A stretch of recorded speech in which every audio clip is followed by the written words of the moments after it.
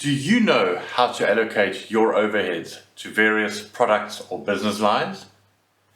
Do you know the differences between traditional cost allocation methods and activity-based cost allocation methods? This video is for you.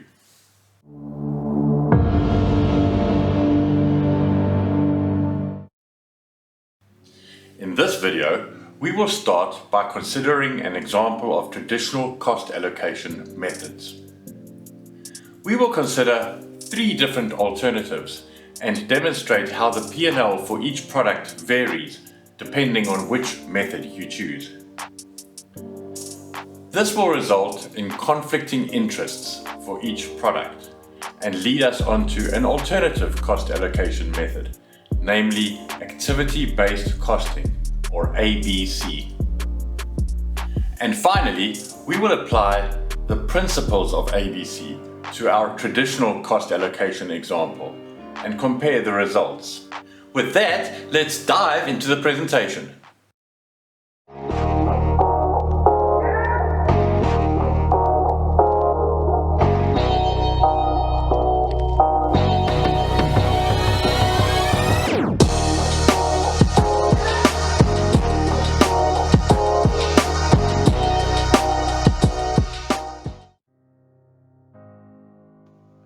We start with an example of a business that has 6 products, namely products A, B, C, D, E, and F. The business incurs a total of $6.1 million in overheads. For each product, we know how many units were produced, how many machine hours were consumed, and how many labor hours it took to produce.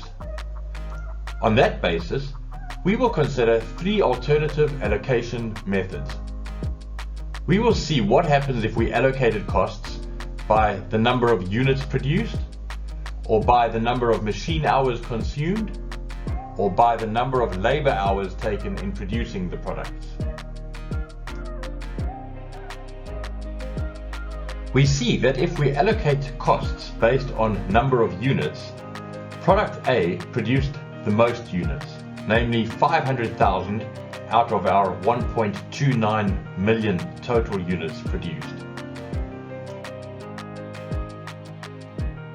We see that if we allocate costs based on number of machine hours, product E consumed the most machine hours, namely 15,000 out of our 55,000 total machine hours consumed. We see that if we allocate costs based on number of labor hours, product D took the most labor hours, namely 45,000 out of our 150,000 total labor hours taken. Next, we look at our profit and loss, or P&L.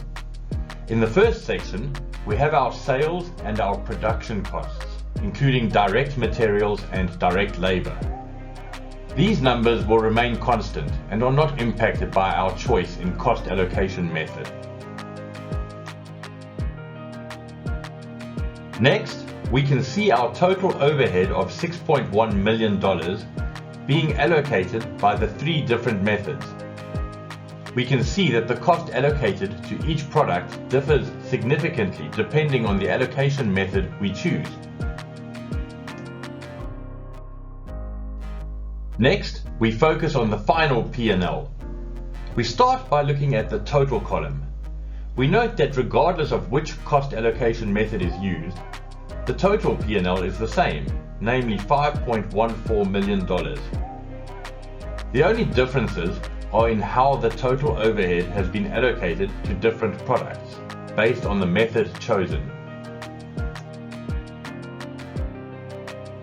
We can see that products A and B will clearly prefer to allocate costs based on machine hours, as that will give them the highest P&L.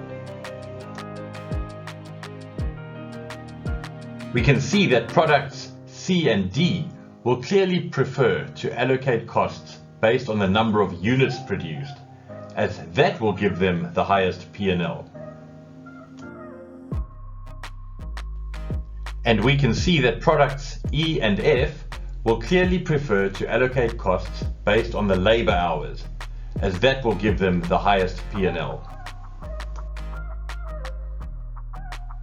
Visually, we see that under a unit-based cost allocation method, product A must absorb the highest amount of overhead. Visually, we see that under a machine hour-based cost allocation method, product E must absorb the highest amount of overhead. And visually, we see that under a labor hour-based cost allocation method, product D must absorb the highest amount of overhead. Clearly, the choice of allocation method will favor some products and not favor other products, as the allocation method is not necessarily correlated to the production of the products in any way. That brings us to our alternative cost allocation methodology, namely activity-based costing. We recall that we had $6.1 million of overheads to allocate to our 6 products, A to F. The first step is to identify the breakdown of the total overheads. Next, identify the cost activities that lead to these overheads. Next, break down the costs by each activity. Next, consider each activity. For each activity, identify the driver of that activity and the corresponding quantity. In our example, we note that machine hours and number of units are still drivers. Labor hours is no longer relevant, and there is a new driver, namely number of colors. Going back to our working example, we update for the new driver, namely number of colors. We note the breakdown for each product. Next, for each activity, we allocate the subtotal to each product based on the relevant driver. In our example, production-related costs are allocated based on number of machine hours. Batch setup-related costs are allocated based on number of units. And color-related costs are allocated based on number of colors. We also note that the cost of ongoing operations is not driven by any specific activity and is therefore not allocated using ABC. Visually, we see that under an activity-based cost allocation method, product E must absorb the highest amount of overhead. Next, we focus on our final P&L calculation. We note that the cost of ongoing operations that was not allocated using ABC still needs to be subtracted. The only remaining logical approach is to evenly share these costs between the 6 products in order to calculate our final P&L. We can see that products A and B previously preferred the machine hours-based cost allocation approach.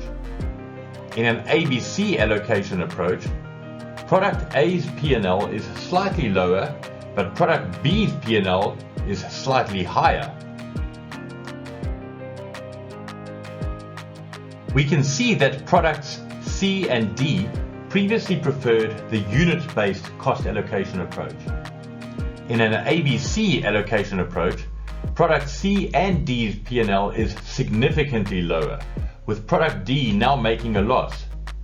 We should consider whether it is worthwhile continuing this product at the current contribution margin. We can see that products E and F previously preferred the labor-based cost allocation approach. In an ABC allocation approach, product E and F's P&L is significantly lower, with product F now making a loss. we should consider whether it is worthwhile continuing this product at the current contribution margin.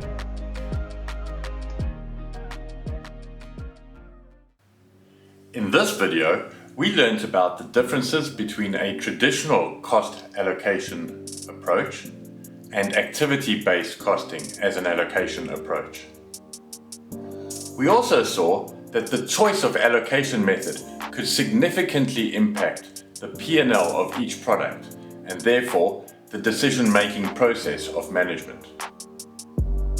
We learned that ABC is a fairer cost allocation method as it refers to the underlying driver of the cost and establishes a correlation between the cost and the product to which it is allocated. It is therefore imperative that management understands the impact of their choice in cost allocation methodology. If you enjoyed this content, please like the video, subscribe to our channel, and click on the notification bell. It helps us grow the channel and bring more content to small and medium business owners and managers. Also, be sure to check the description below for any related product affiliate links. And finally, please comment on the video or click on our community tab to further interactions and updates.